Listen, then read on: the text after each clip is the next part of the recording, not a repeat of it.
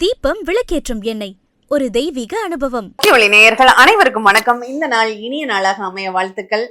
நம்ம ஆடி வெள்ளிக்கிழமை தொடர்பதிவாக 2வது வார வெள்ளிக்கிழமை, அதுக்குள்ள வழிபாட்டு முறைகளை தான் பார்க்க போறோம். பொதுவா இது திருமணத்திற்காக பிரத்யோகமா இந்த திருமண தடையே இருந்துட்டு இருக்குப்பா, பல வருஷமா பார்த்துட்டு இருக்கேன்ப்பா, எனக்கு எதுவுமே கூடி வரலப்பாங்கிறவங்க கட்டாயம் கடைபிடிக்க வேண்டிய ஒரு விரத முறை அப்படின்னு சொல்லலாம். சரி, அடுத்து சுமங்கலி பெண்கள் ஆயுள் விருத்திக்காக கடைபிடிக்கக்கூடிய ஒரு விரதம். அடுத்து இந்த ஆடி வெள்ளியில தொடர்ச்சியா ஃபாலோ பண்றோம்னா செல்வ வளம் விருத்தி ஆகும், செல்வ செழிப்புக்கு குறை இருக்காது அப்படிங்கிறது. இந்த சுக்கரன்னாவே என்னன்னா சுபபோகக்காரகன் அப்படிங்கிறது தாங்க சுக்கரன். எல்லாருமே சுக்கர தசை நம்ம வாழ்க்கையில வரணும்னு எதிர்பார்க்காதவங்க இருக்கவே மாட்டாங்க. அந்த அளவுக்கு சுக்கரன்னாவே நம்ம வாழ்க்கையில ரொம்ப விசேஷமான ஒரு கிரகம் அப்படின்னு சொல்லலாம். இந்த சுக்கரன் தான் நம்ம வாழ்க்கையில ஒரு இனிப்புக்கு அதிபதி. யாருன்னா அந்த சுக்கரன் தான். அப்ப இனிப்பான ஒரு விஷயங்கள் நடக்கணும், மகிழ்ச்சியான ஒரு விஷயங்கள் நடக்கணும்னா அதுக்கு சுக்கரனுடைய அருள் ரொம்ப வேணும் இல்லையா?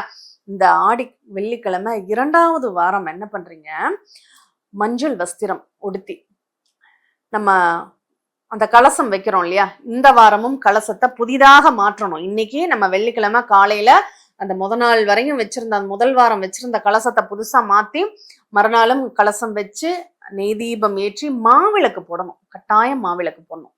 அப்போ இந்த மஞ்சள் வஸ்திரம் சாற்றி மாவிளக்கு போட்டு இந்த மஞ்சள் ஆடை கட்டிக்கிட்டு குருபலன் வேணும் குருபலன் வேணும்னு கல்யாணத்துக்கு சொல்லுவாங்க இல்லையா?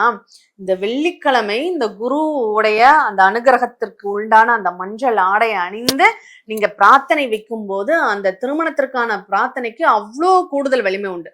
இன்னொரு கூடுதலா ஒரு தகவல் சொல்றேன். இந்த ஆடி வெள்ளிக்கிழமை பெண்கள் என்ன பண்றீங்க, அந்த கலசம் ஏற்றி ராகுகேது தோஷம், நாகதோஷம், காலசர்ப்ப தோஷம்னு ஒரு பயமுறுத்தி இருப்பாங்க இல்லையா? அந்த பயமுறுத்தலுக்கெல்லாம் தீர்வு இந்த ஆடி மாசம் உண்டு. அதுவும் இந்த 2வது வெள்ளி நாகர்களை வழிபடக்கூடிய ஒரு அற்புதமான ஒரு வாரம். என்ன பண்றீங்க, எங்கேயாவது புற்று உள்ள கோயில்கள் இருக்கு, இல்ல பாம்பு புற்றுகள் வழிபாடு நடக்குதுன்னா அங்க போய் மனமுருக பிரார்த்தனை பண்ணுங்க. நீங்க அங்க பால் வச்சாலும் சரி, முட்டை வச்சாலும் சரி, அது உங்க பிரியம். அங்க என்ன வழிபாட்டு முறைகளோ அதை நீங்க பயன்படுத்திக்கலாம். ஆனா அங்க போய் மனமுருக நம்ம பிரார்த்தனை பண்ணணும். இந்த ராகுகேது தோஷம் சும்மா எல்லாம் வராதுங்க. நம்ம போன ஜென்மத்துல அதுங்க வாழ்றக்கூடிய இடத்த அழிச்சு நம்ம வாழ்ந்திருப்போம். அதனால அதுங்களுடைய சாபம், இப்படி நான் வாழ்ற இடத்துல நீங்க வந்துட்டீங்களே, என்னுடைய சந்ததிகள் விருத்தியாகாம போயிடுச்சேன்னு அதனுடைய சாபம் தான் நமக்கு நாகதோஷங்களாக வர்றது. அதை கொன்ன பாவமோ அதனுடைய இருப்பிடத்தை அழித்த பாவமோ தான் நமக்கு இந்த காலசர்ப்ப தோஷத்துக்குள்ள அந்த எல்லா கிரகங்களும் சிக்கியிருக்கு இல்லையா? அதுதான் அந்த இடத்தை அழித்த பாவம். அதை கொன்ன பாவம் தான் நாகதோஷமாக வேலை செய்யறது. அப்ப இதை சரி செய்வதற்கு நம்ம என்ன பண்ணணும்னா இந்த 2வது வாரம் அந்த நாக பூஜை பண்ண வேண்டும். நாகர்களுக்கு நம்ம வழிபாடு செய்யணும்.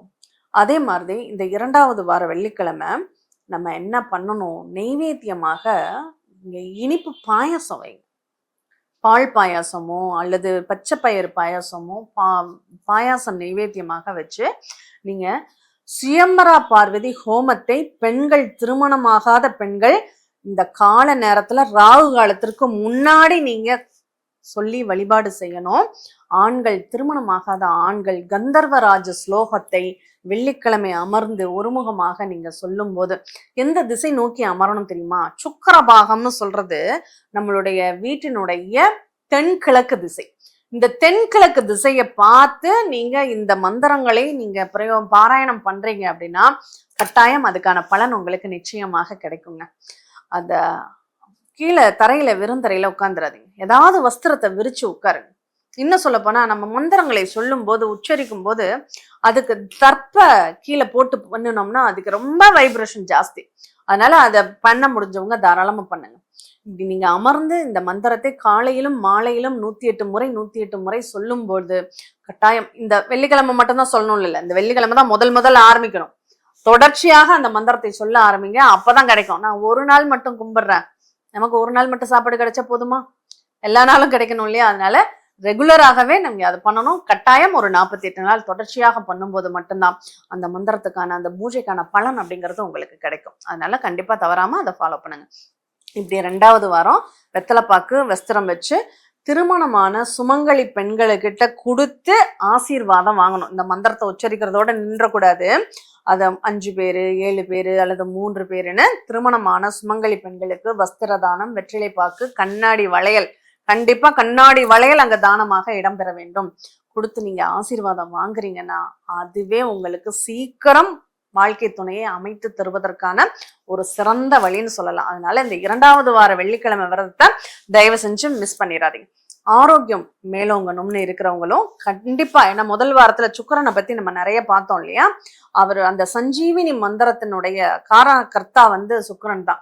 அதனால ஆரோக்கியத்திற்கு ஒரு வாரம் கும்பிட்டா மட்டும் பத்தாது. இந்த வாரமும் தொடர்ச்சியாக உங்க ஆரோக்கியம் மேம்படுவதற்கு நீங்க அதை கடைபிடிக்கணும் அப்படின்னு சொல்லலாம். அதனால கண்டிப்பா உங்க வாழ்க்கையில ஒரு செல்வம் சேரணும்னாலும் நீங்க இதை கடைபிடிங்க.